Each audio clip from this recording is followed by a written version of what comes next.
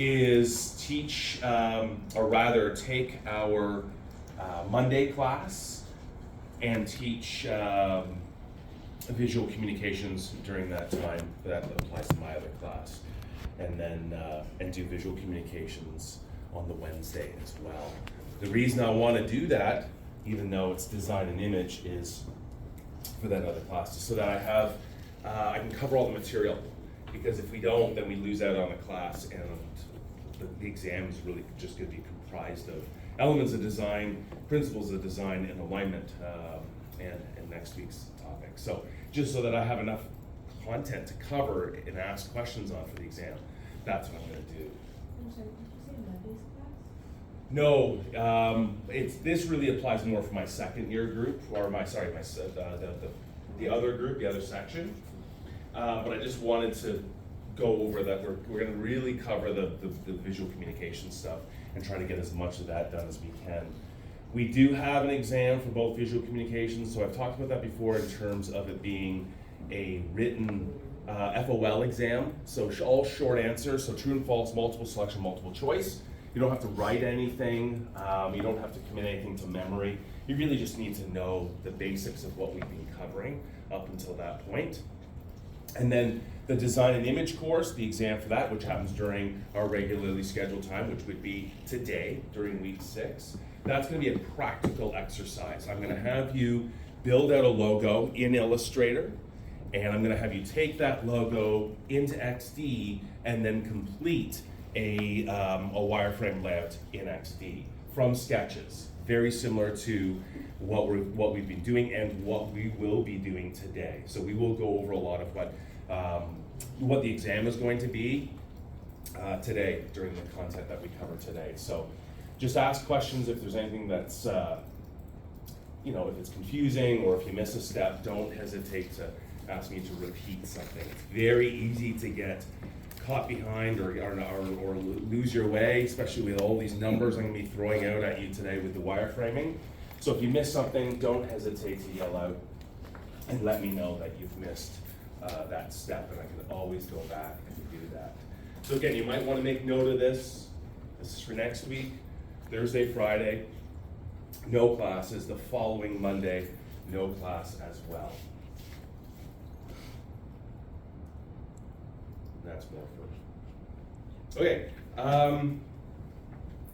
As you can probably hear, and as I did communicate yesterday, I do have a cold.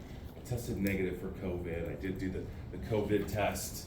I wouldn't be here if it tested positive. So I do have a cold. It is going around. Everyone I know seems to have this, so I'm going to keep my distance from you. I don't want to give you my cold. But in the case that I should get COVID or something happens where I can't give an in-person delivery, I hope that isn't ever the case. But if it were to be the case, I would set up our class during the regularly scheduled time as a Zoom session. Okay, so we don't miss any content. I'll just teach it through Zoom remotely. And you can either come to school to do that, or you can stay at home or go wherever you need to go or would like to go to do that Zoom session. So we will just conduct class the same as we would normally do it, but through Zoom, okay? Now the way we would do that is if we go to FOL, under here there's media tools, and you can go directly into Zoom. I use this specific place to set up my classes. Excuse me.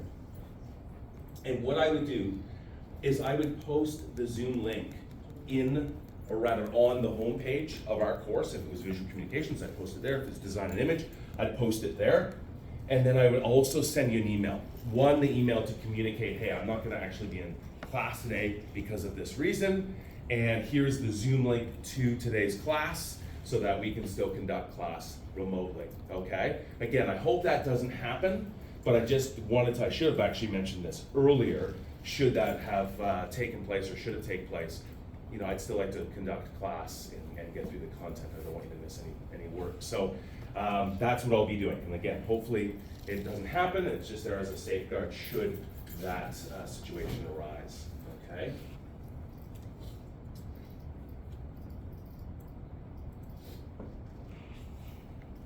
And like I say, I'll send out a link and an email telling you what's happening in terms of that Zoom Any questions about anything? I know that's a lot. You maybe are already familiar with a lot of that stuff in terms of those dates, but any concerns, any questions about anything before we get started? Yes. Visual communication midterm and what number question in How many questions? Yeah, how many? Probably between 40 and 50. 40 and 50. 50? Yeah, yeah. Was that a lot or is that not a lot? Is that a lot? That's a lot? Really?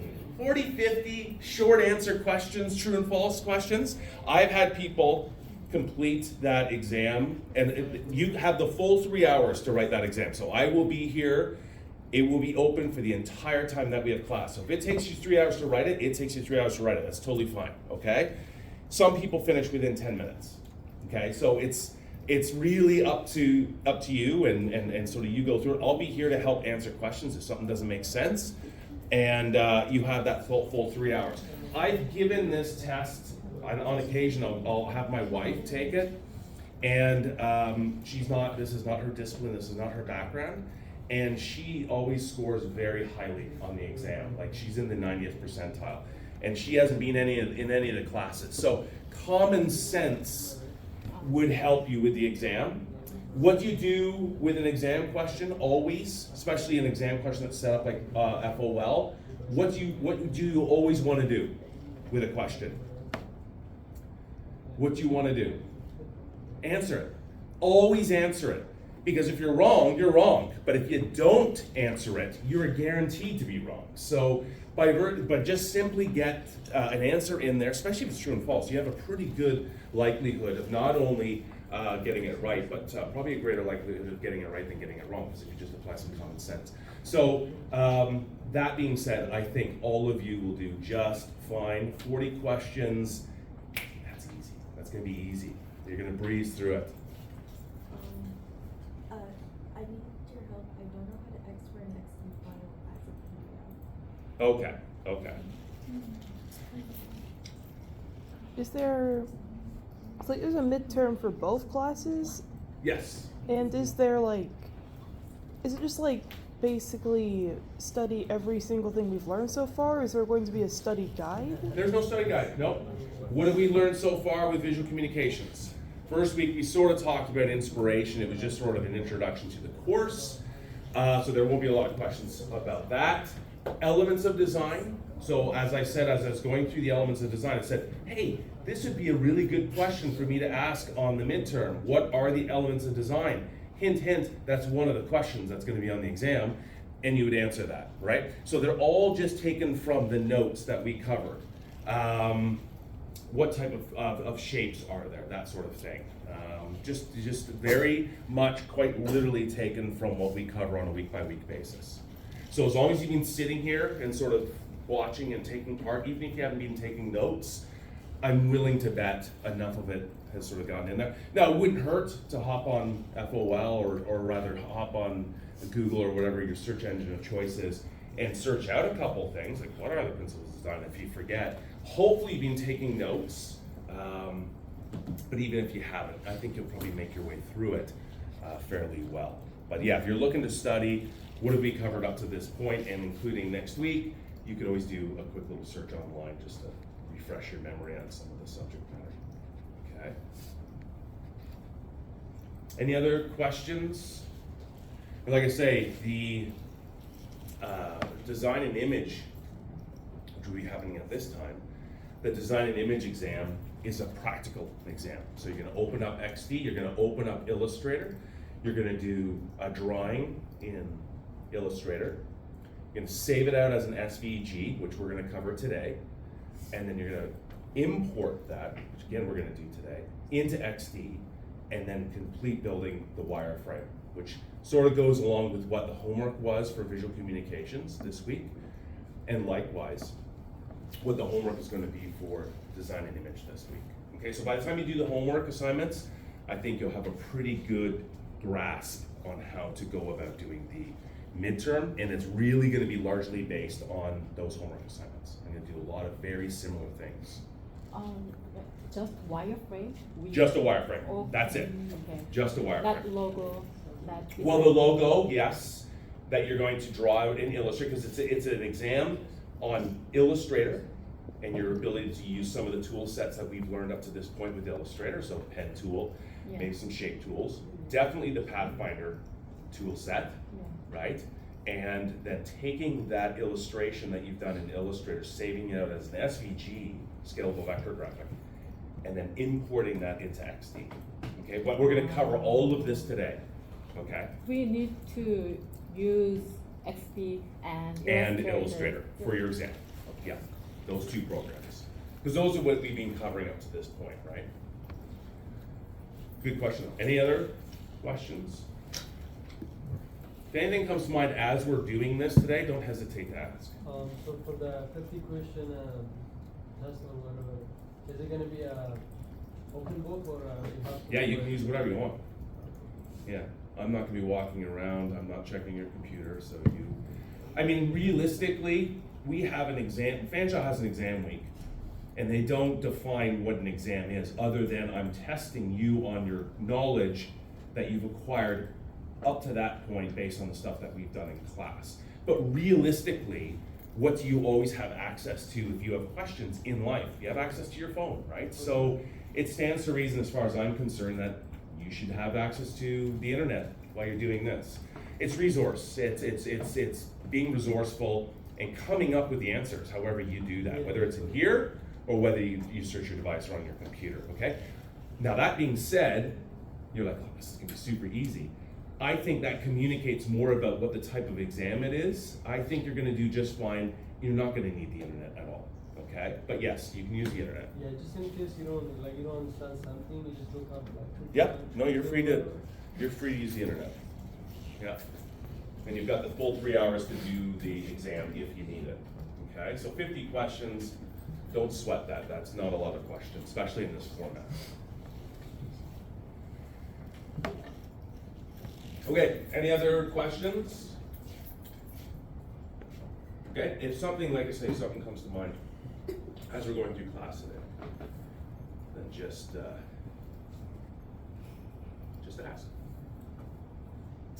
Okay, so let's open, actually, sorry, you've got to go to FOL, and you need to go to content of our course, go to week 4, and download the assets and the resources that we're going to be working on today, and uncompress that.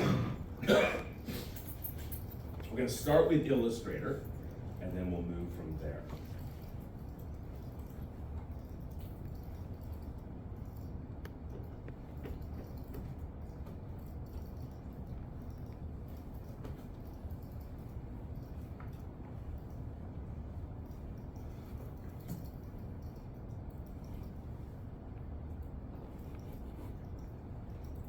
Okay, so once you've downloaded that, you're gonna have the week 4 lesson assets, Couples Resort. Couples Resort, again, is just the website that we're using as an in-class exercise to learn some of these things. So working with logos, saving them out of a program like Illustrator as an SVG, as a scalable vector graphic, importing them into XD, and then also using XD to do a wireframe layout. Okay, so that's what we're using Couples Resort for. Inside the folder that you've downloaded, there's a folder, a single folder called Assets, all lowercase, because this could very well be the Assets folder that you're using for your website. In this case, we're using it for Couples Resort. It could be for your FIP. You always have an Assets folder. Now, everybody sets up their Assets folder differently. This is how I would recommend setting yours up. Again, no way being prescriptive. If you don't want to follow this, you don't have to.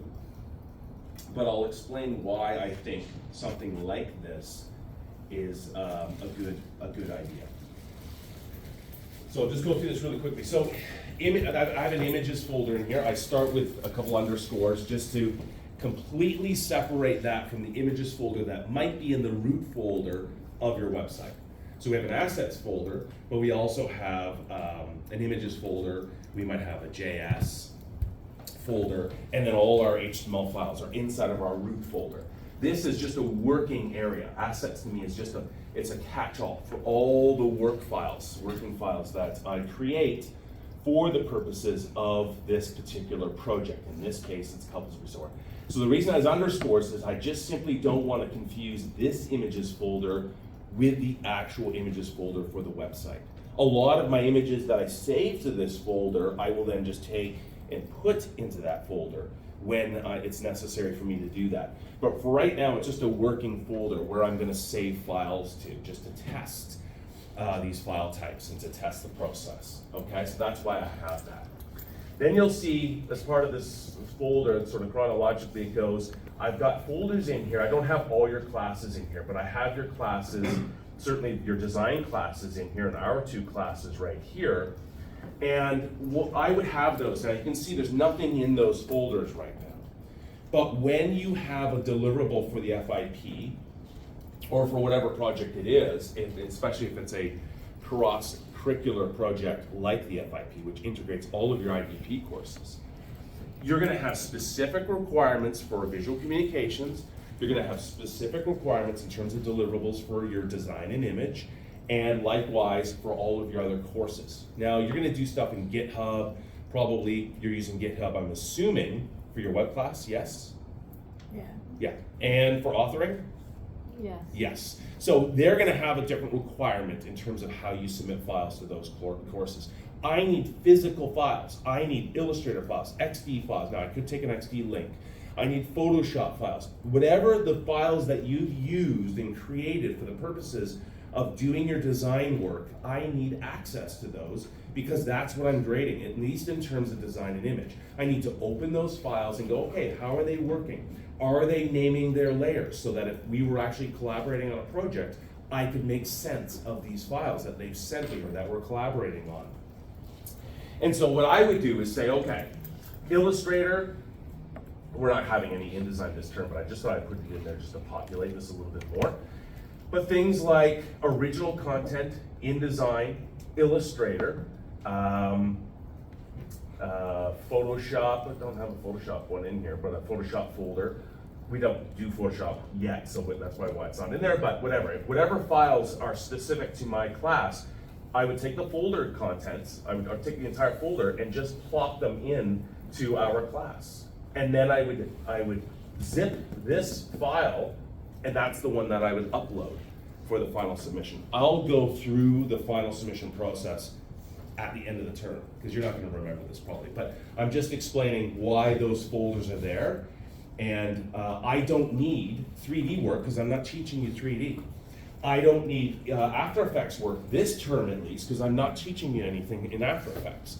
So I don't want to receive a bunch of files that are for other classes. So that's why I have that there.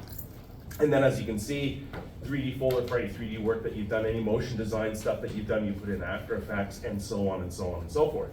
I know for this class, you're doing raw, or you're working with raw photos, raw photography, maybe even video. I don't want any of that because I'm not grading any of that.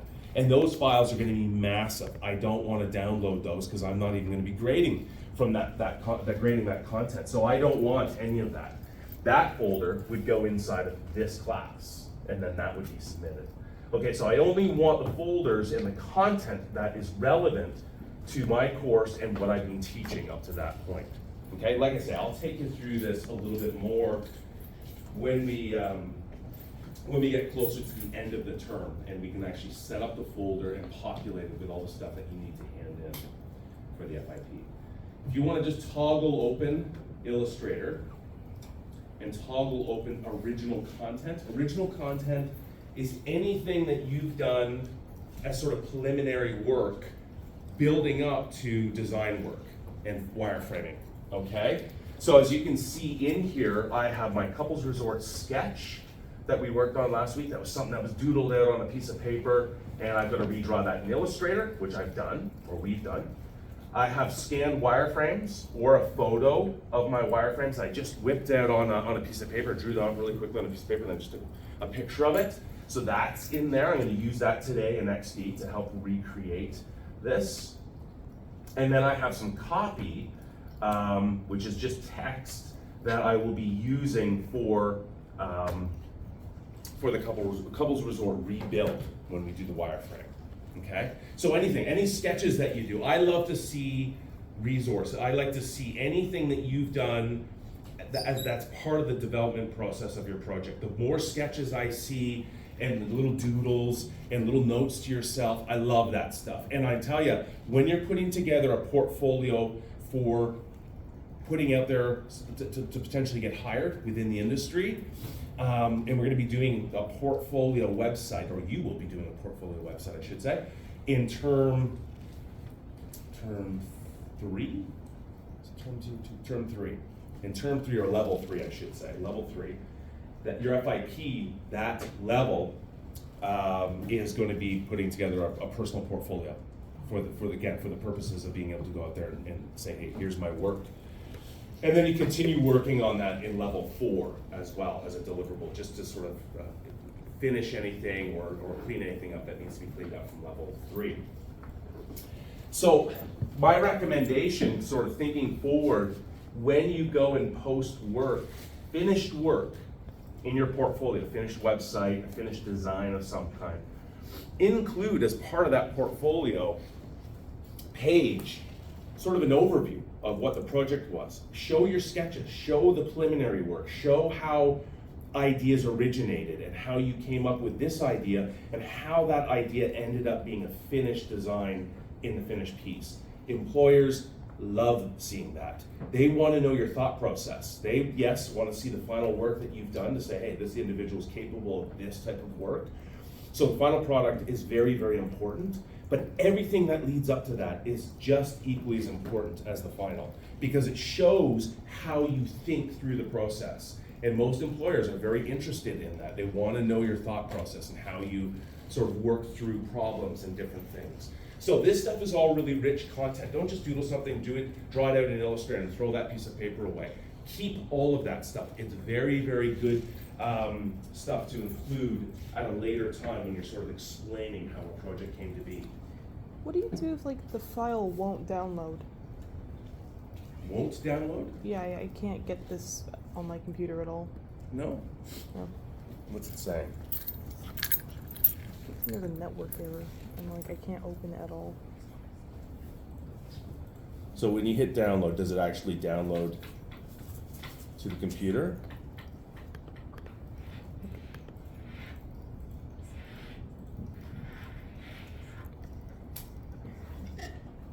So what happens when you hit download? Just either like, There, so something just happened. So you go into that location. yeah, but it keeps like failing to actually download, and Toggle that open. So double click on that. Can you open that or extract that? no, it's still downloading. Oh, is it still downloading? I can't And see it. Sorry. it keeps failing to download. Oh, does I it? So it hits a can't point and then just stops? for no reason. Is anybody else having difficulty downloading the file? You are as well? It's just not getting to the end of the download? Hours. It's always a dilemma.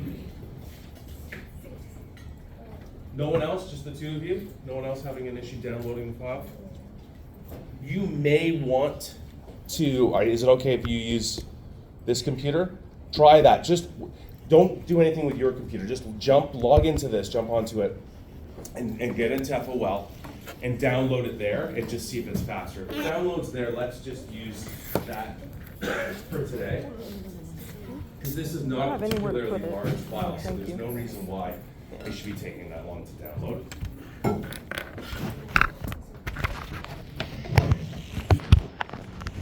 So let's give that a try. If it's still a problem, then we got a problem.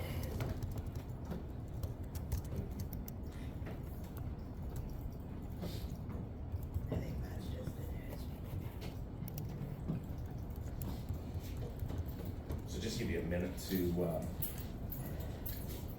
see if you can download that on the Mac, and then we'll go from there.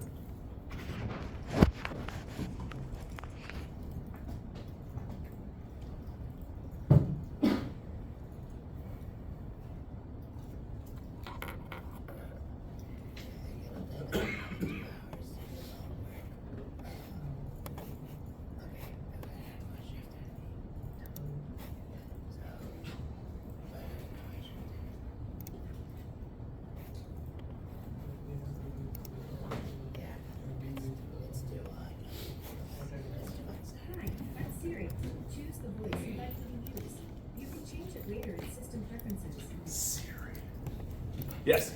Why don't we have that XD file in original content? You only have the XD file? In original content, there's no XD file. That's a- Yeah, that's okay. That's just the file that we worked in for my other class. So I have to open that next week to continue the lesson from where we left off. So after we're done today, I'm gonna have 2 XD files. I'll have this section and the other section. Yeah, you don't have it. We're gonna create it. We're gonna create it today.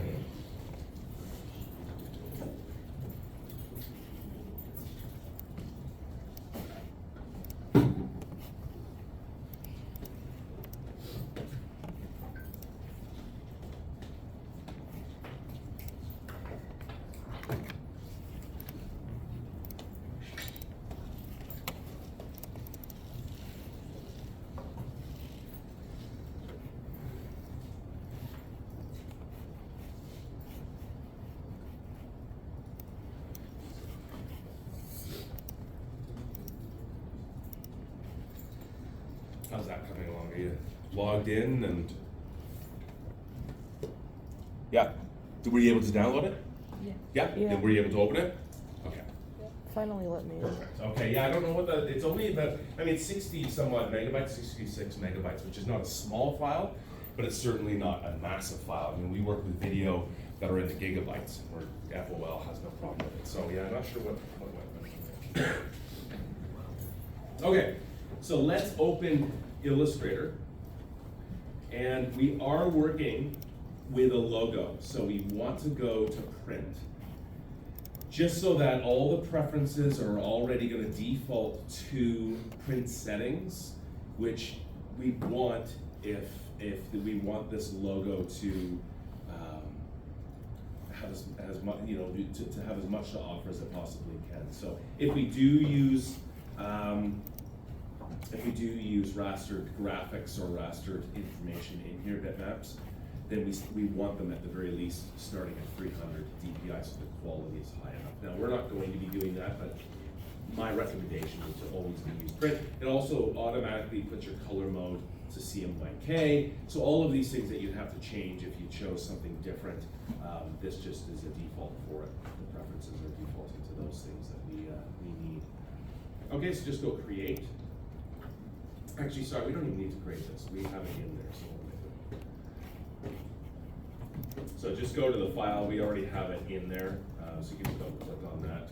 That's how it was set up though, it was a print-based file. We're using the one that's provided with Visual. Yeah, we're just gonna use, well, you can use yours, if you wanna use yours, that's totally fine, that's totally fine. So we have this one.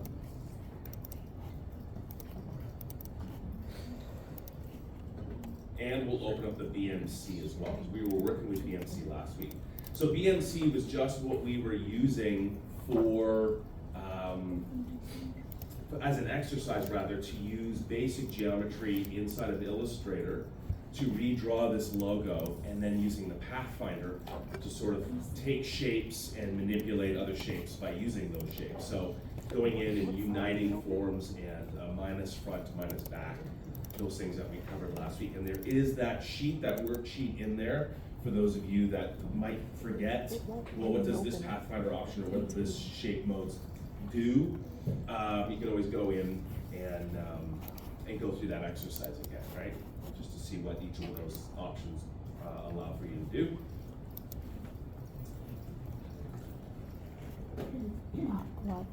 Okay, so let's start with BMC. For the location. And what we're gonna do is we're just going to, we finished our logo, so we did this last week. So this is now done, it's rendered from a sketch, and we are 100% happy with it, the client is happy with it.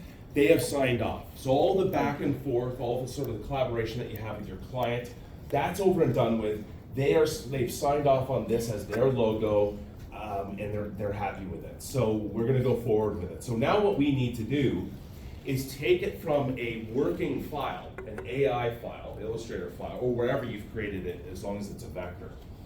And we want to save it out as an SVG, scalable vector graphic. So an AI file is not the same as an SVG. An SVG is an actual file type that is vector-based. An AI file, Illustrator file, is simply the program file that we work in for Illustrator. You can't open up an Illustrator file in XD. You can't open up an Illustrator file in InDesign or other programs like that because, again, it's specific to Illustrator. So we have to create an SVG out of this. There's multiple ways to do this, and I'll take you through them. So my recommendation would be to not save it out of this workspace, because we could have the original photo in here. We could have other things that we have, notes. We might have notes in here and other reference material. So we want to create a nice new clean document for this. Okay, so what we're going to do is just hit V on our keyboard or choose our black selection tool. And we're going to click and drag around our logo and select each of those letter forms. We have to make sure that everything is unlocked. We don't need to make sure that the image scan is unlocked, because we don't want to take that with this, because that's a bitmap and it's not there. So then we want to copy it to our clipboard, so Command C or Control C. And then this is where we're going to create our new document, so Command N or Control N on PC. Make sure it's print, say OK. And then we're going to Command V or Shift Control V to paste that in to this new file.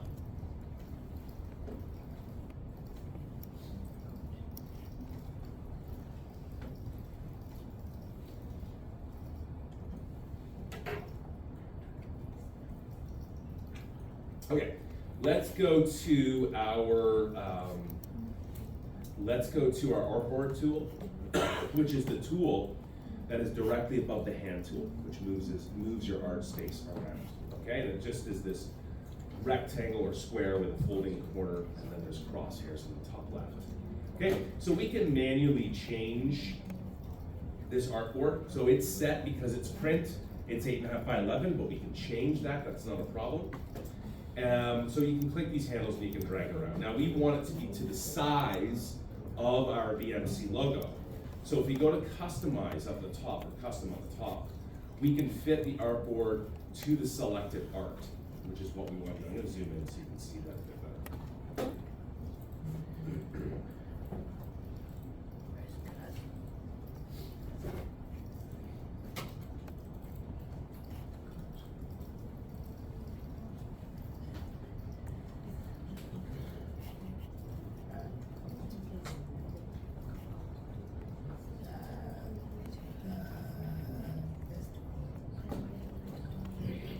Okay. Now let's go to our layers and toggle our layers open, because we need to clean up these layers. And I'm just going to make this a little larger so you can see.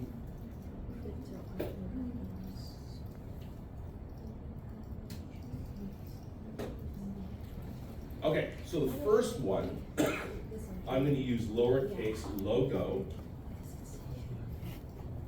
underscore, oh sorry, not underscore, hyphen BMC, all lowercase. So I'm going to follow web naming conventions at this point. Because I'm saving it as an SVG, the safe assumption at this point is I'm going to be taking it to the web. I'm going to be taking it to a website. I'm going to be using it in a website or some web app. So that being the case, I want to make sure that I'm using web naming conventions. Because it's going to be in that space, it should comply with those standards. Then I'm going to go to this group, because we had grouped the two forms that make up the sort of the eyedrop and the teardrop shape and the B, and we don't want that as a group anymore. Probably. I mean, again, it depends on what you want to do with this, but I'm just going to isolate everything. So I'm just going to select the two path objects that make up that group, okay? And I want to, once they've both been selected, I want to click and drag directly below logo hyphen BMC. As soon as you do that, you'll see that group layer disappears, or the group sub-layer disappears. All you're left with now are the two paths, the B and the teardrop. double click on path for the B and put B1, and the second one already has a B there, put B2. For M, double click on the name and change it to M, all lowercase. And lastly, same thing with the C. This was part of the group. I'm not entirely sure why. There must have been something in there at some point, maybe when we were putting the rectangles in and using the pathfinder to chop away at the right-hand side. It was in a group for whatever reason. So it's in a group, let's get rid of it. So select that object and drag it just below M. So it gets rid of that sublayer. Okay, so now we have a layer named logo-BNC.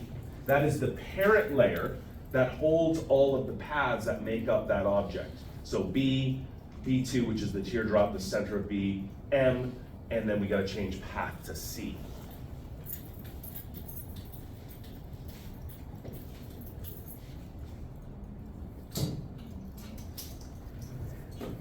Okay, so now we clean things up. And we want to do that not just because it's just more organized. There's a reason for it. So we'll take a look at that when we create our SVG while we're doing this. Okay, so there's a few different ways now that we can export this out. Now, we made the artboard fit the physical dimensions of the object that we're trying to save out, so that we don't have all this extraneous information around it. We don't need all that other information that makes up the artboard of 8.5 by 11. It's not going to do anything for us. Not only that, we want the 0x and 0y point of this object to be where that B starts. So this is 0 right here, 0x and 0y. And if I want this at the top of my header, then I can position it based on those the x and y position of that, okay? Whereas if it's inside of an 8.5 by 11, the x and y position might be right at the top. So this makes it a lot easier to control where it's going to be placed. We're conforming it to the physical dimensions of this logo based on the contents of the logo. Okay, so we have that. Now let's go into File. As always, anytime you want to save something, you go into File. Now because this is Illustrator, it's going to allow you to save out anything that is Illustrator related, anything that is vector based. It's going to do it out as a save as option and not an export. Export is always an option for saving in different formats that are not indigenous, so to speak, to the application that creates it. So in this case, Illustrator creates vectors, therefore any vector file type is going to be found in Save As. So if we go to File, Save As, and let's change to on your computer, so it doesn't save it to the cloud. By default, it wants to save to the cloud. So let's save it locally. And then let's target that folder that we were just using.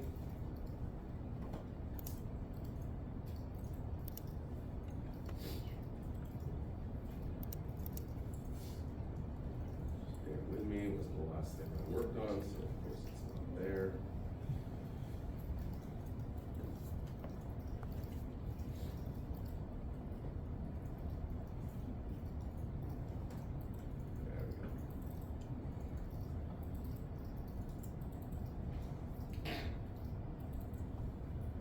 So there it is. So what we're going to do is let's just push this to the underscore images folder for right now. So if we go down to format, we don't want it to be the default format, which is Illustrator, because it's automatically going to default to that because we are in Illustrator. So if we go to the toggle down, you're going to see a bunch of options. And again, they're all going to be vector-based options. So we have Illustrator, which is the working file for Illustrator, the application. We have Illustrator EPS, encapsulated PostScript. If you're sending it to be printed, typically you want to send it up as an EPS because encapsulated PostScript is just the formatting that is necessary for the print industry to print from this document.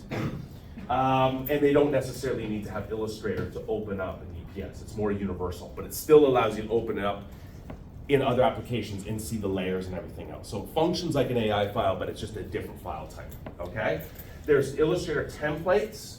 So if we created, let's say, as an example, a wireframe that, rather than use XD, we created a wireframe in Illustrator, we could create a template out of that so that we could then just open the template and just draw over top of that every time. Let's say our website more or less is the same structure, page after page, just some of the contents in between changes, which is really what a website is, largely. We can set up a template for that. The other thing we can do is, of course, a PDF, which is universal.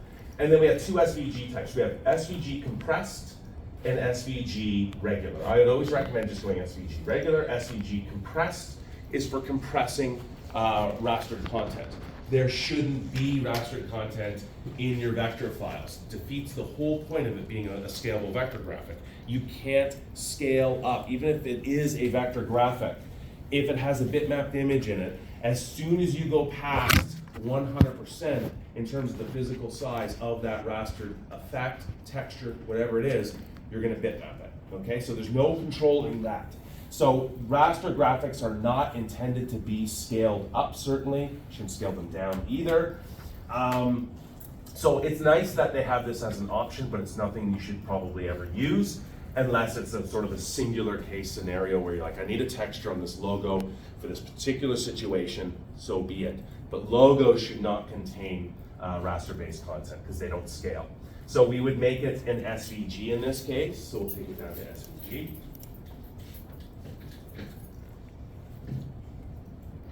And then we'll just call this BMC, and I'm just gonna call it 01 for right now, because we might save multiple ones, so it just makes it easier if it's.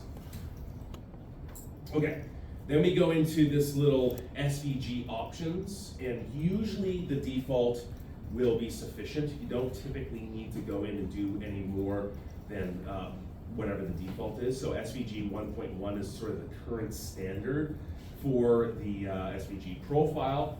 You could make it, if for whatever reason you're having issues on older browsers or something like that, you might want to switch it back down to a 1.0. But typically a 1.1, it will default to the most recent, and 1.1 is the most recent one that we have access to. Tiny is for if you go to smaller devices. We can have an SVG that's set up specifically for smaller device types. Okay, so just leave it at the default. You're not going to likely have any issues with that. Then with type, with text elements, if I had text, couples resort would be a good example where we have an ideogram, the heart made of the two forms, that's an ideogram. And then beside that it says couples resort. We may want couples resort as we might have typed it out in Arial, it is in fact Arial. And so we would, or it's actually Sierra, but Arial works just as fine. It would be text, it would be editable text. So what this is asking is, what do you want to do with that text? Do you want the text in there in the SVG as editable text so that you could use a text file to manipulate that text if you wanted to? You can change it. Or do you want to convert it to outlines? Converting text to outlines is just creating a pad object out of it. BMC could be an actual typeface. The original text or the original logo might just be text, and what maybe wasn't created the way we created it. There's an actual type family out there where you can type it out and it looks exactly like that. I didn't look for it because I thought it was a good exercise for us to use Pathfinder. But if we're actual text, you might want to convert it to outline so it becomes a padded object just like the one we're looking at here. Now the advantages of having it as a padded object is you no longer need to have access to the text file, right? It doesn't have to exist because it doesn't exist as text anymore. What's the downside of converting it to an outline, to a padded object? I guess you couldn't really edit it anymore? Absolutely, it's no longer editable. It's an object. So you gotta be careful with what you're doing there. More often than not, leaving it that way would be fine. And I would probably convert my text to outlines prior to this process anyway, so it's not really much of a concern. And I will show you how to do that at a later time also, because it's pretty handy when you're creating logos if you can do that. The subsets in terms of using glyphs and common English and glyph usage and that sort of thing. Again, there's nothing specific. We're not using any glyphs, we're not using any special characters. So right now, that's not really much of a concern. And oftentimes, if you are using glyphs, you probably aren't gonna go and sort of pick which one to use. So you're either gonna go use the glyphs that you're actually using, or just use all glyphs, just as a catch-all. But typically, that's not something you need to worry about unless you're dealing with a lot of text. Now, images, what do we want to do with images? If for whatever reason we had an image in here as a texture for our B and a C, let's say there's a nice little texture in there that just made that gray seem a little bit more sort of tactile. How do I want the image? Am I going to retain it as a link, external link, or am I going to embed that image? Now, probably you want to embed the image at that point. Or just preserve whatever the current settings are. So leave that alone because we're not using images.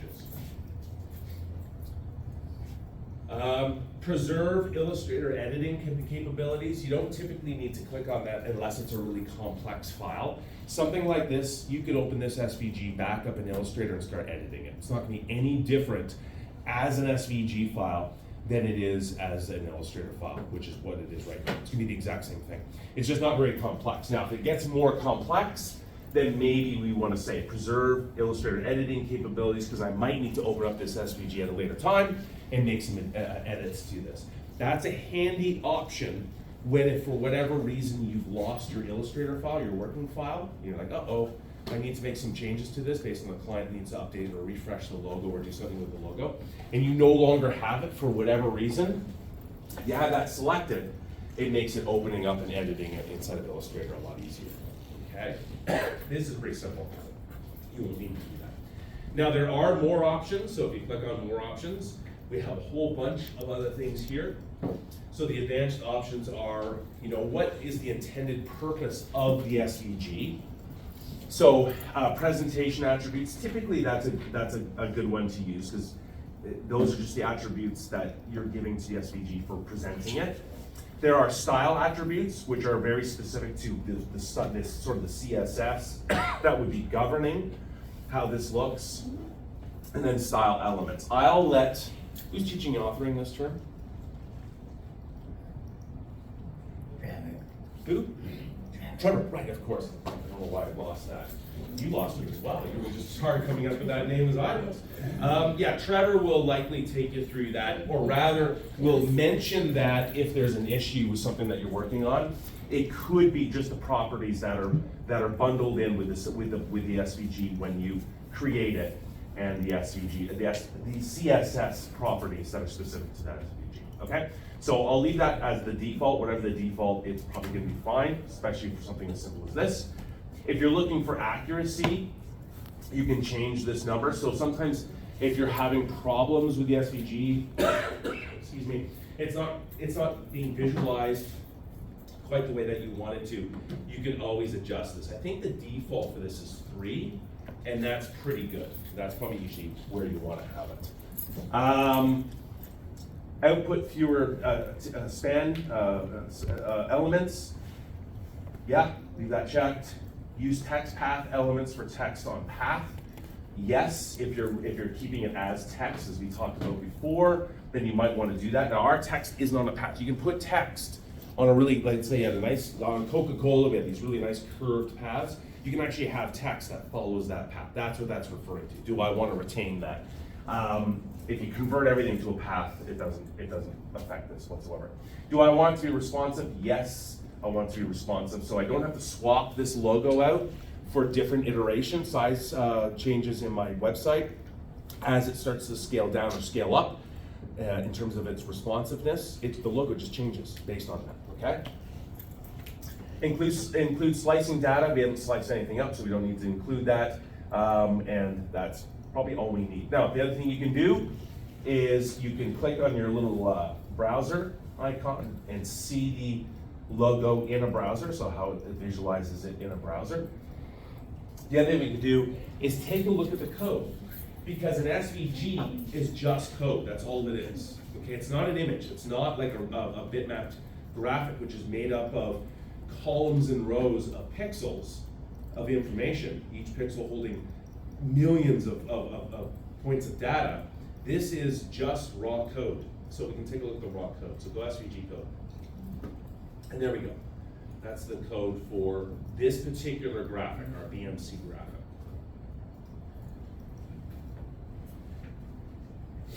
Now go in and edit all that, right? Okay, so what this is doing, saying that, just giving you some of the general stuff, generated out of Illustrator gives you the version. SVG export plugin is what we use. That's bundled in with Illustrator. That's how we created this. Tells you which version of SVG it is, and so on and so forth. So here's our ID. So it's creating an ID for us already, and it's calling it based on that layer that we renamed. So that is the parent container for all of the other contents that make up this SVG graphic. So that ID is being established first. It's the same naming convention that we gave it, so logo-BMC. And then we get into it. So view box is how this is going to be presented. 0, 0 is 0x, 0y. So it's establishing that as a starting point for this, for the view box. This is the physical width of our logo, and this is the height of our logo. Now the reason it's not a whole number, because we are dealing with pixels, it's 0.334, which is really a strange number. The reason for that is because we have outlines on our BMC logo. If we didn't have outlines, it would be clean math. It would be basic, a whole pixel value, okay? It would just be 247 by 91. But because we have that thin, I forget what we made it, I think it's about one point, stroke going around it, and a stroke is automatically going to have some sort of joint, a miter joint, some sort of corner joint, and that's why we're getting that value. It has to account for that. I think in this case, is it a miter joint? Does it tell us? It should tell us what type of joint it is.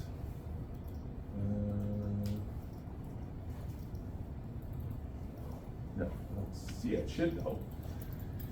Yeah, it's a miter joint. So the stroke has a miter joint applied to it, and we can change that to a corner joint or to a rounded joint. It just defaults to miter, and it's a 10. So that's what's giving it that value, okay? So go through it. We have a fill value. These are the fill values for our shapes. So it's establishing the colors that are specific to this graphic. It's giving us the fill color, so there's our hexadecimal value. It's giving us the hexadecimal value for our stroke that goes around it. It gives us a stroke width, so it's less than 1 pixel, which is, again, partly why this number is the way that it is. If it were a full pixel, then maybe it would, that would be more of a whole number, would be a whole number. And then we do have a miter limit on it of 10 for both, okay? So this is the other fill. So one's gonna be the orange, the gray color, one's gonna be the orange color. And then it goes through, it assigns an ID to each of the individual paths that make this object up. So there's our C. There is, let's stand back. There's the path for C. Where's my other path? There's my path M. There. And there's my path B2, which is part of my original B. And then there should be B in there somewhere. I'm just missing it. Anyway. So those are our paths. All this other information, the dimensions, are those anchor points that we created for the logo. Now that's a lot of math, that's a lot of numbers. But can you imagine some of those Coca-Cola ones where there were thousands of anchor points? Those are all going to be represented here. So that's part of the reason why we really want to go in and clean up anchor points and use as few as we can get away with using, so that we have less code being generated. Less code means what? Less code for anything, HTML, CSS, JavaScript. Less code means what? Loads faster. Loads faster, smaller file size. Always desirable. So if you can do it in 5 lines of code versus 10 lines of code and still it's still the same experience, go with the 5 lines. If I have to go in and manipulate these values using JavaScript to create some sort of animation, this is much more manageable than if I had 5, 6, 10 times this amount of information, okay? So always bear that in mind with an SVG. It is generated by code. It is being visualized by code in the browser. So if you want that experience to be smooth, fast, and manageable from an editing point of view, at least, you want to clean it up as much as possible. And this is also why we don't want to perhaps save it directly out of Illustrator, the working file in Illustrator. This is why we copied it and pasted it into a new Illustrator file, so that we wouldn't accidentally have other information that might be hidden or we're just not seeing, that would then get bundled in with all of this, okay? So there is your SVG file. That is literally what it translates to. Okay, so I'm just gonna close this. And then you would just say okay to this. And it would generate it, okay? Into that folder that you have, the assets folder, the images folder. So that's one way of doing it, doing a file save as. Excuse me. If we were in Photoshop and we went file save as in Photoshop, we would not be seeing any vector-based stuff. We would be seeing raster-based saving options. GIF, PNG, JPEG, bitmap, PSD. Anything that is raster-based, that would be showing up in the save as option, because it's a function of the application, so therefore save as allows you to save it as that same file type that you're working in for that application. Okay, so that is that. We can go into export. Export is where we would go in if we want to create other file types other than vector-based file types. So if we went to export as, you can see now the format at the bottom becomes much more extensive. And that's because it's allowing for a raster-based output. PNG is raster-based. Bitmap is obviously raster-based. CSS is an SVG, it's code, but that would just spit out raw code, so it would give you a text file. So on and so forth, you can see them all. JPEG, Photoshop file. I can generate an SVG out of there, obviously, because it's already a vector-based object.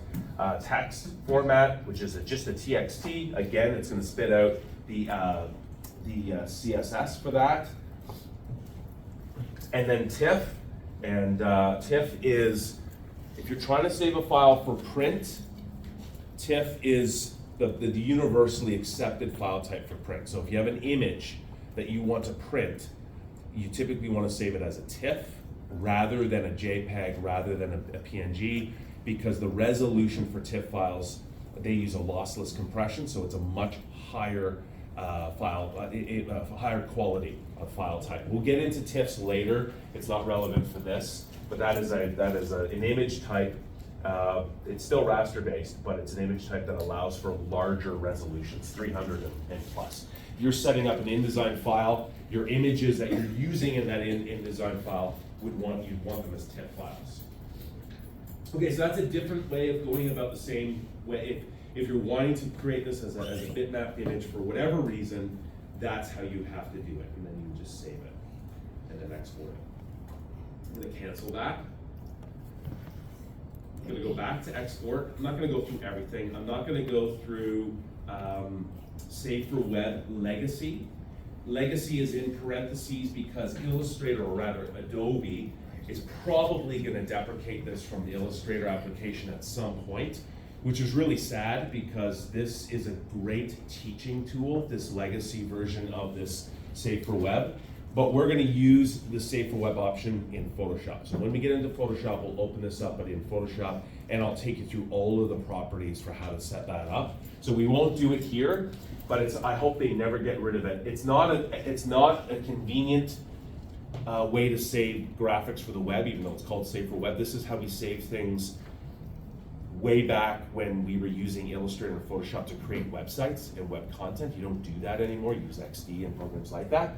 So Photoshop and Illustrator was simply trying to integrate ways that web developers could use these applications for the web, because a lot of web developers were doing that, designers. So that's why they're gonna, at some point, they're gonna deprecate that. Now, it's been in parentheses for years, so I'm hoping I hope they don't ever do anything with it, because I love that tool set to teach with. Anyway, that's an option. as well. And it just takes you through the same process of GIF, JPEG, and PNG. And then lastly, export selection. Export selection, well, whatever is selected currently, right now my BMC logo is selected, right? So I've got that selected. And so now I can go to File, Export Selection. You can also do a right click on the object. It's the same process. Go down to the bottom, Export Selection. And whatever is currently selected, that's what's going to be outputted. Now I'm going to go up here and just go BMC.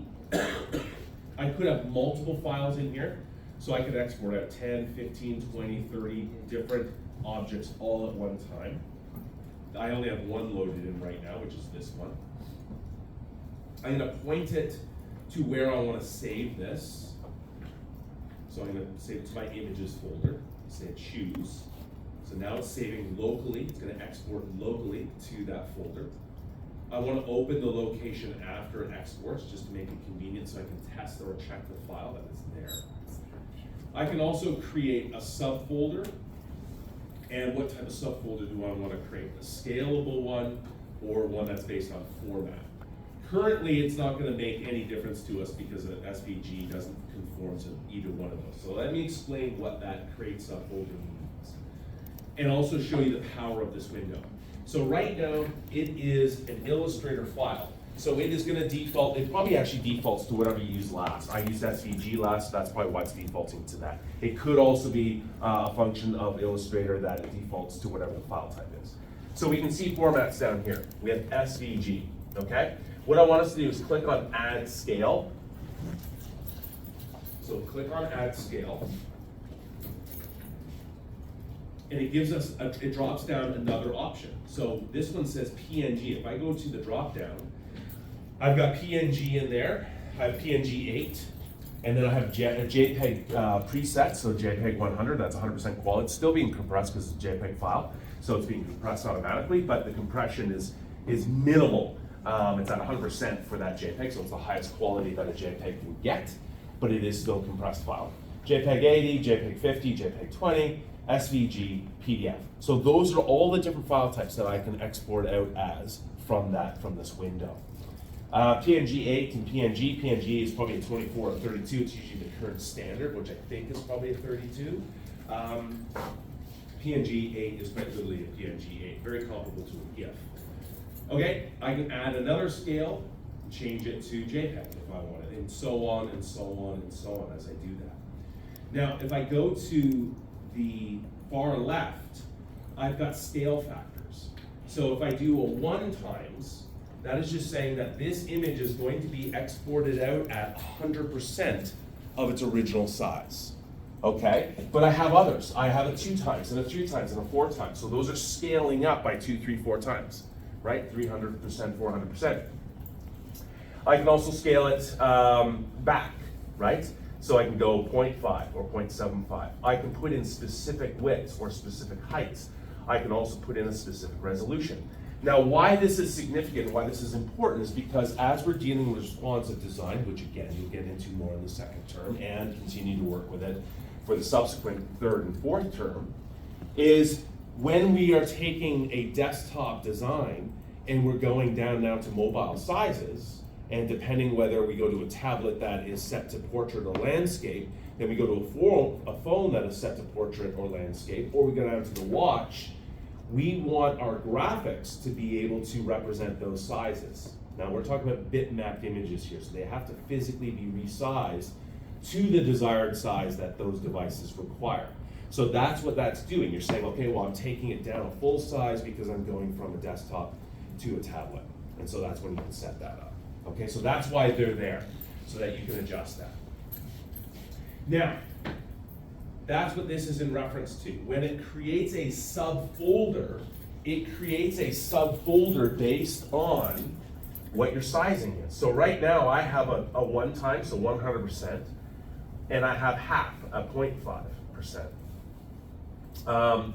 Which means that if I have scale selected, it's going to create a folder. When this saves out, it's going to create a folder with this file in it but it's gonna have a folder with 1 times with this file, and then it's also gonna create a folder called 0.5 times with this file, but scaled down to that size. So it creates the subfolders that you need for those iterations, those size iterations for your website, okay? And then over here we have a suffix, so what do we want to apply to the name of our file? We may want to communicate to other people that are using this, or even to myself later on when I start building my website. Well, what file do I take to put in this particular layout for my desktop? Which file do I need? So this will attach that naming convention, and it will tell me this is the 0.5 one, that's what I need for this situation, this one's 100, so on and so forth. Okay, now I have it set to format rather than scale. So what it's going to do is it's going to create subfolders that are not scale based. They're going to create it based on the format. So I'm going to have an SVG folder, a PNG folder, and a JPEG 100 folder with this image in all 3 of those. Okay, but I lost or completely bored all of you. Yeah, it's not the most exciting. I get excited by this stuff, but I don't expect that other people will. I get really excited when we go through the Photoshop Legacy lesson, so hold on for that. But this is good stuff. I mean, this is stuff that you need to know when you're saving out graphics. You want to make sure that you're saving them for the optimal size that you're going to be displaying it at for the website. So we don't need any of this stuff, so let's get rid of it. Click on these X's. We're just going to use SVG. And then we're going to put a prefix in. Logo hyphen. So again, naming convention, very important. It's got to be lowercase, no spaces, use underscore, use hyphens. So the prefix is going to do what? What's this doing now? Any ideas? So to our name, our BMC, right now we're going to export out bmc.svg, right? But we want to put a prefix in, logo hyphen bmc.svg, so that when this populates inside of our images folder, we know it's a logo, or whatever the prefix is. In this case, we're calling it logo. Now, why have a prefix? Especially, why have a prefix called logo? Why do that? Why not just call it bmc.svg? I know what that means, and I do know what that means. You know what that means. But why have a prefix? Think about an images folder. Yeah, absolutely. It's all about organization and finding something quickly. If all of my logos for my website have the prefix logo hyphen, then when I go to my images folder, everything is broken down alphabetically. I just go down to L's, and I know all my logos are there. So if I'm working with just logos, I just go to that point in my folder. If I'm working with icons, I would call it icon hyphen, and then I could get into the specific naming convention for those individual images. So you want to organize your images folder in a way that clusters like content together. It just makes your life easier when you're searching for it. It's very frustrating if you've got 48 logos in there and none of them follow a convention that stacks them together. So you're going to have to search through your images folder every time to find those. And you could actually miss one of your logos that you're supposed to use. So if everything's bundled together, you have a greater likelihood of finding it and an easier time using it. So get into breadcrumb naming conventions, right? That sort of way of being able to find things by starting off with a category, logo, and then getting into the more nuanced naming convention that is specific to the file that you're working with or that you need to find. Okay? So that's a good one. Again, not to be prescriptive, I always do the category first, logo. I do hyphen because the hyphen separates the category from the file. And then if I did couples resort, it would be couples underscore resort. So underscore is always used to bind together a name for me, and a hyphen always communicates to me it's a category change. That's just how I do it. Okay, so there we go. Export asset, and then it will open up your folder. There's my SVG. I have SVG because I left that subfolder thing on. And there it is, nice and clean. And if I open that with a browser, so open this in Chrome, there it is. Really large, nice and clean. I'm just gonna go to View, go to Developer, go to View Source. I'm gonna wrap my text. And there again is all that code that is generated when you create an SVG. There's my fill value, there's my stroke value, there's my stroke miter at 10. The stroke width is 0.72, and so on and so on and so on. And so now I could go in as part of a CSS animation, and I could edit this. I could have those colors change. If you pass your cursor over the logo to sort of communicate that it's an active object, you can click on it. There's something dynamic about it that allows you to take you to the home page. When I put my cursor over it, maybe I just change the fill color from its current fill color to a slightly darker version or lighter version or whatever. And so it just sort of communicates to you that it's an active element, you know, in my design. Okay? And that's not a hard thing to change. Very, very, very easy in CSS. And we'll get into next term. With the next term, design and image, we focus a little bit more on, we have a whole unit on animating for the web, and animating specifically with any sort of animation that you would use as part of a website. So video, cinemagraphs, CSS animations, sprite animations, and so on and so forth. Okay, so there's lots of different ways to make things move in on the internet, and we're going to look at a lot of them next term in design and image. Okay, so we have that. Now, we don't need to save that, so we can get rid of that if you want. But what we do need to do is just go File, New, we'll go to Print again, and then we also need to go back to that folder that you downloaded earlier. And this time we're going to open up the Couples Resort. And I'm just giving you the finished logo.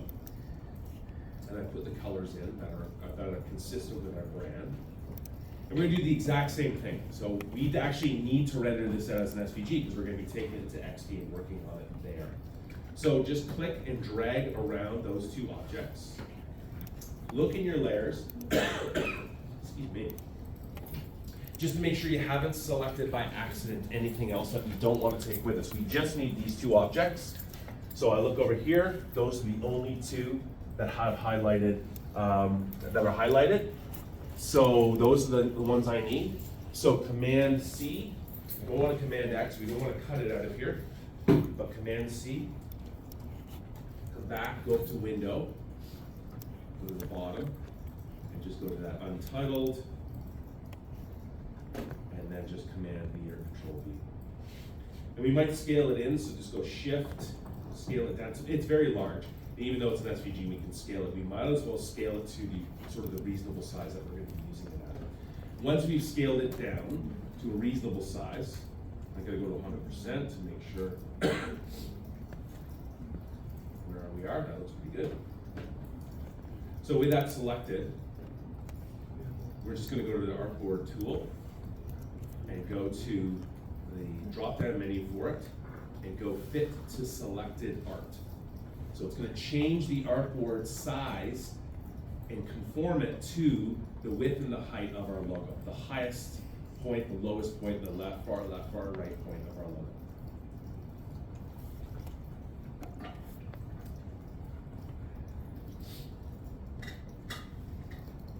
That's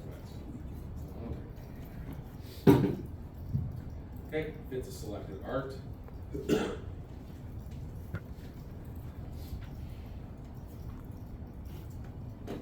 Toggle it open. Now, as part of our naming convention, we don't need to put the prefix on it if we put it as part of our naming convention automatically. So I wouldn't use probably that prefix option when I'm saving it out as an SVG or exporting it as an SVG. I would just name my file that way to begin with. So logo, we could do Couples Resort, Couples -Resort, or because we know that this is our client, this is the site that we're building, you could just use CR, right? CR is probably enough for you to understand that it's Couples Resort because you're already working with Couples Resort as a subject. The more information you have as part of a naming convention, the greater likelihood you might type something wrong when you're working with your markup and your CSS. So if you use shorter naming conventions such as CR for Couples Resort, and you always follow a standard process, you're less likely to accidentally do something wrong in terms of naming conventions, just because you work with a process that's consistently the same each and every time. Okay, say okay to that. And then not surprisingly, we're gonna rename these. So just L if you want, R, because we know the logo, it's made up of two sides, two halves, left and right. You might just want that, or you can type in left, you can type in right if it means more to you. Select it.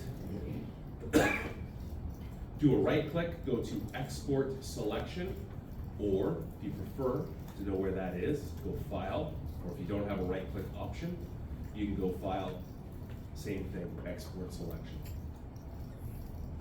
It's in here. I'm gonna click away on this create subfolder. I don't wanna do that. I just want it saved to that folder, the images folder. It's an SVG. I'm gonna get the prefix. I'm gonna take it out of there because I've already got it as part of my name. Logo, Couples Resort. Okay, we have to name this because this is the name of the file when we export it out. But when we look at our SVG code, it will be the logo CR that makes up, that is the layer that makes up our artwork that we'll be seeing. Okay, everything else looks good. Export asset, and there is our SVG. Check it in the browser. I always like checking it in the browser to, oops, I went the wrong way. Just to see what it looks like. Because that's where you're gonna be seeing this logo. You're gonna be seeing it in the browser, right? Looks good.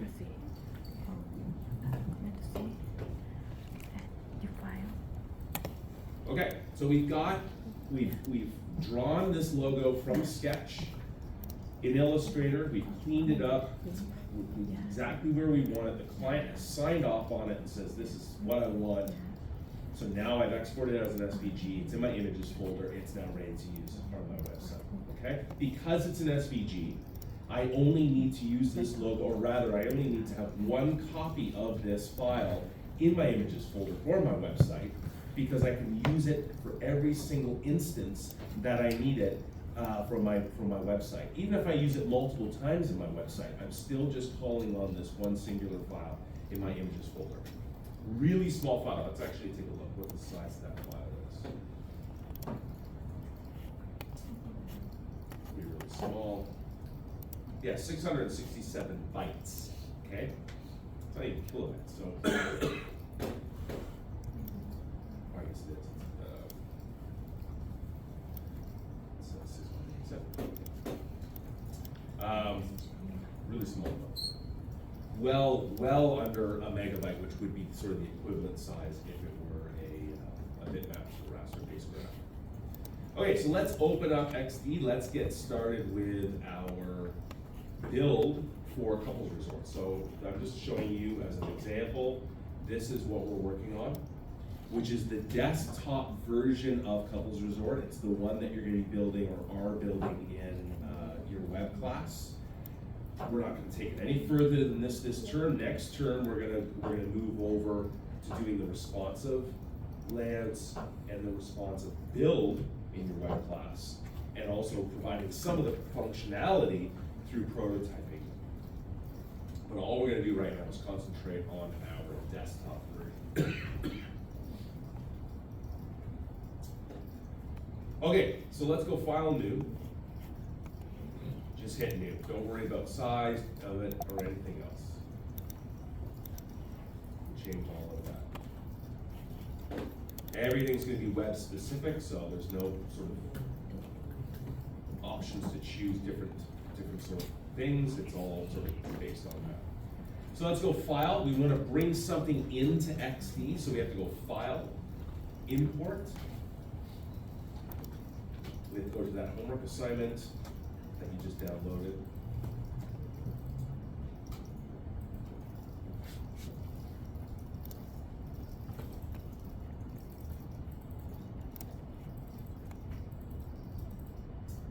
And go into original content and grab the scanned wireframe for Couples Resort, PNG, and just go import. We can scale it down a bit, make sure you're holding on Shift, just scale it down. And I'm not going to use this to draw over top of, I'm just going to use it as a reference. So I'm just putting it to the left of my artboard, and I'm going to hit Command L. That locks that image into place, because I don't want to accidentally move it. I want it always there, so a persistent feature, so I can always refer to it. Okay, so I'm using this as a guide. It's very rough, so I have to make I have to make the math up as you go, and sort of tweak things as you go. So let's select the Web 1920 or whatever yours happens to say. Let's double click on that, and let's put in Couples Resort hyphen home page. And actually, I should put desktop. I should communicate, even though you can pretty much tell it's a desktop layout, or it will be when we start working on it. But at least it communicates that right away. And if I created a PDF, a multi-page PDF from this, that would also communicate that to me as well. So here, if we go to export, we only have one artboard, but you can see that we have selected. So if I export selected, it's gonna export out just the one that's selected on screen, which is this current one. If I had multiple artboards, and I want to see them all in a file, I would go all artboards, and then it would open up my window. I want to make it what format I want to make it, and then I can go from there. Okay.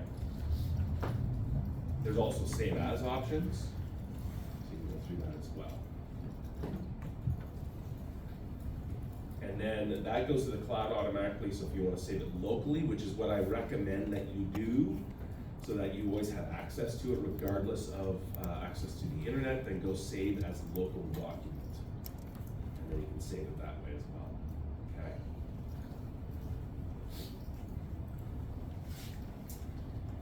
Okay, so let's click on the title of our artboard, Couples Resort homepage, desktop. Let's go to the width, and we're gonna use 1200, like I said yesterday.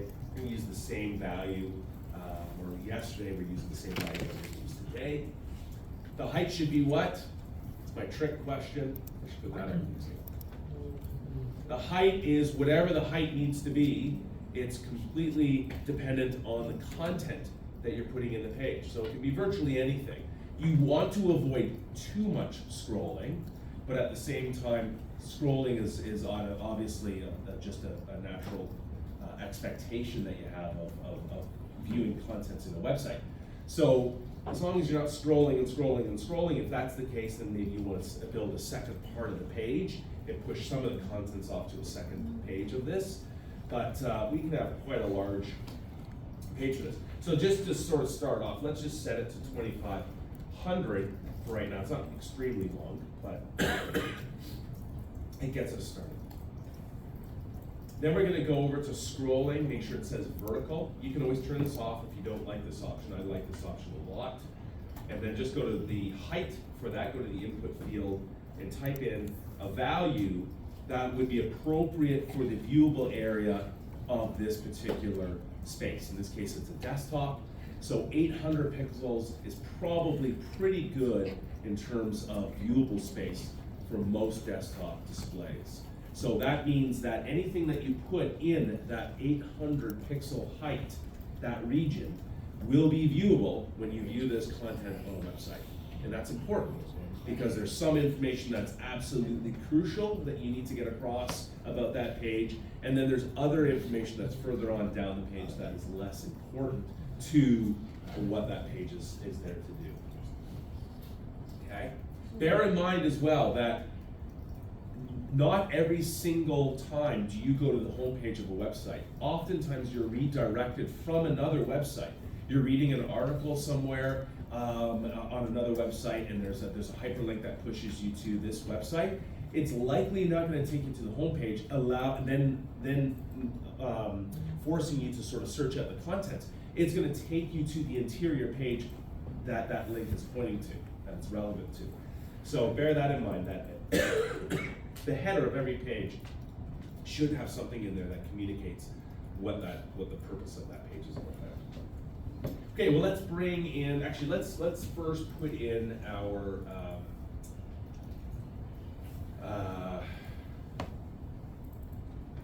header area. I don't actually have value for the header area, so we're just going to stick something in that looks reasonable here.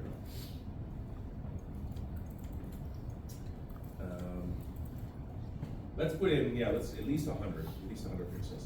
So let's take our rectangle square tool, and don't worry about creating the actual size. It's not all that important. We just need to create a rectangle, something like that. Let's get rid of the border. Let's go to a fill color and just give it a value of gray, something fairly light, because we're going to be putting contents over this. And if that's a gray that we want to reuse throughout this construction, then just click on the little plus sign and we'll plug in a swatch of that same value so that we can reuse that color with whatever we have selected later on.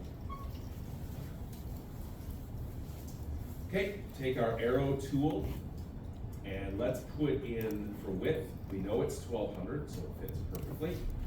And don't worry about placing it at this point. And then for height, let's put in, let's put 110. Headers are usually, there's no standard, but they're usually at least 100. It gives you some room for a logo and size, appropriately sized text for a menu and that sort of thing. Okay, so with that done, just come up to your alignment features. Doesn't matter whether you hit left or right, because the size of this rectangle is set to the size of our page. Whatever one of those two icons we hit, it's going to force it to that side, which means it's going to take up the full 1200 pixel spans. And then we do want to force it to the top, so we want to go to the first icon and push that to the top. Okay. Really important that you put in a header and it's sized appropriately, because all the content that we put in here, in all likelihood, we want it to sit center of that area, right? And that typically is how you set it. You don't have to, that's typically how you set it. Yeah? Sorry, what size did you say the header was? So the header is 1200 pixels wide and 110 pixels high.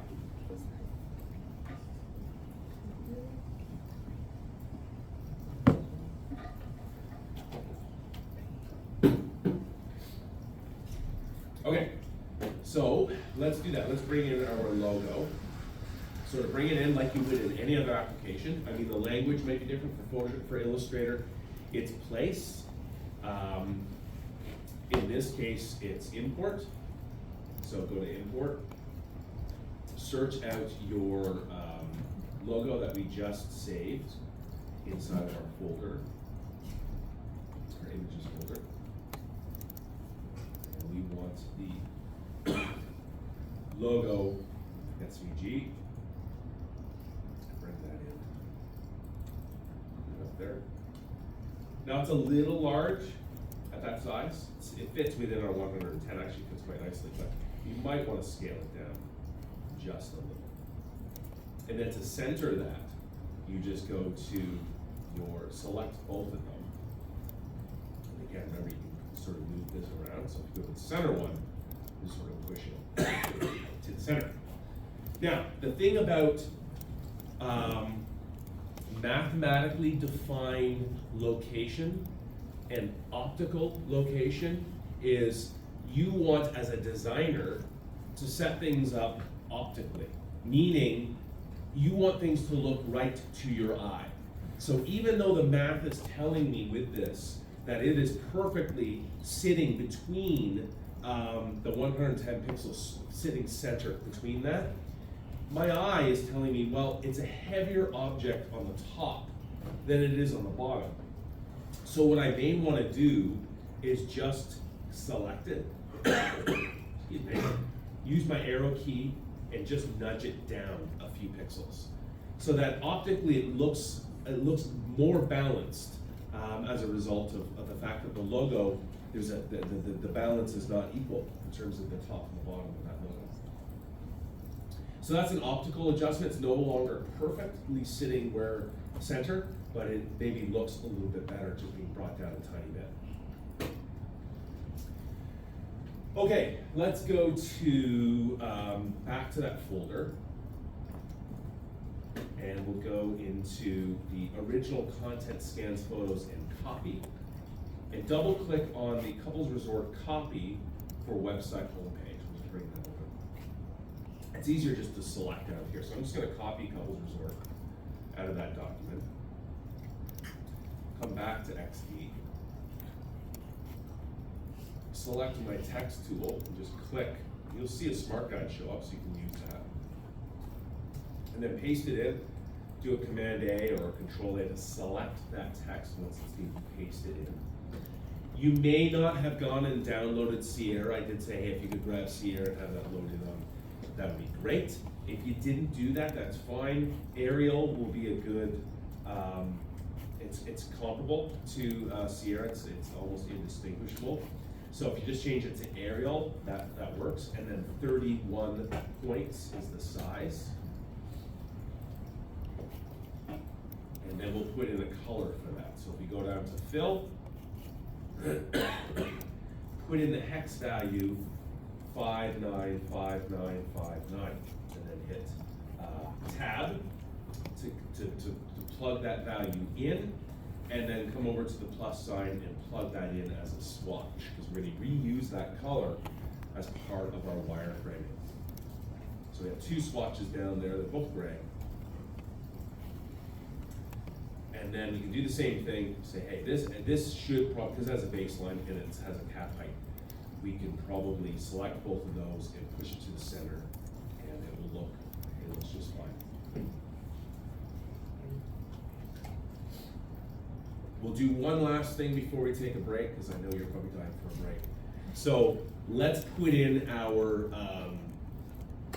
columns the same way that we did yesterday, exactly the same values that we did yesterday, because it's called grid. So select our Couples Resort title again, or artboard. Go over to layout, click on grid layout. Make sure it says 12 columns. Make sure the gutter width is 30. Hit tab.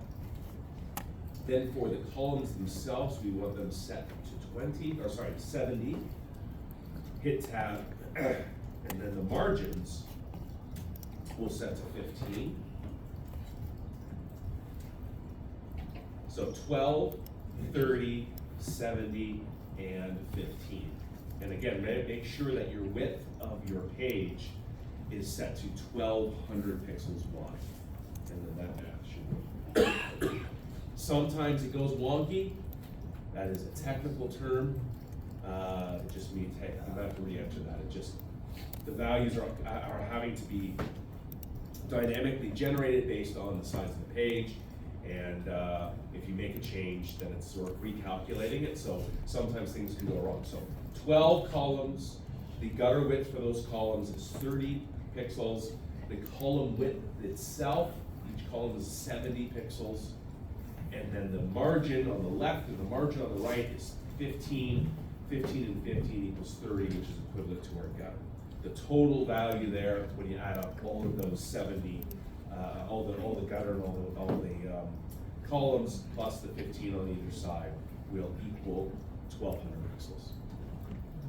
Okay. So let's go in. We haven't saved yet. We really should. We're going to lose everything. So we'll file save as local document. If you have something you can store it to, today. If you don't, store it to the cloud.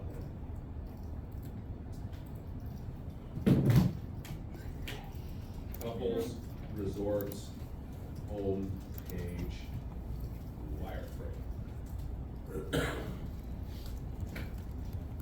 Now, I wouldn't call it home page, I would probably just call it couples resort a wireframe, because the intention of XD, or sort of the power of XD, is to have all of your pages for your desktop experience here, have all of your screens for landscape, portrait, for mobile versions, for tablet, as well as phone, should also be in this document. And if you're having anything that is set for the phone, or sorry, for your watch, that should also be included here, so that when you have this file, you have absolutely everything that this project is made up of in terms of layouts. So you wouldn't just do one XD file for homepage, one XD file for contact page, one XD file for about. You want all of those pages in this document that contains everything. And that's why they don't have a lot in this application, because they're trying to keep the file itself as light as possible. And so obviously the more artboards you create, the larger the file it's going to be, the file size increases. And wireframes are pretty small because they're not made up of graphics. As soon as we put in bitmap graphics, our XD file jumps through the roof. So we do wireframes to avoid the file size issues that would result with images. Okay, so save that to your folder. So inside assets folder, I have an XD folder here, so you can save it into your XD folder. Hit save, and you have it now. Okay, let's take a 15-minute break. It's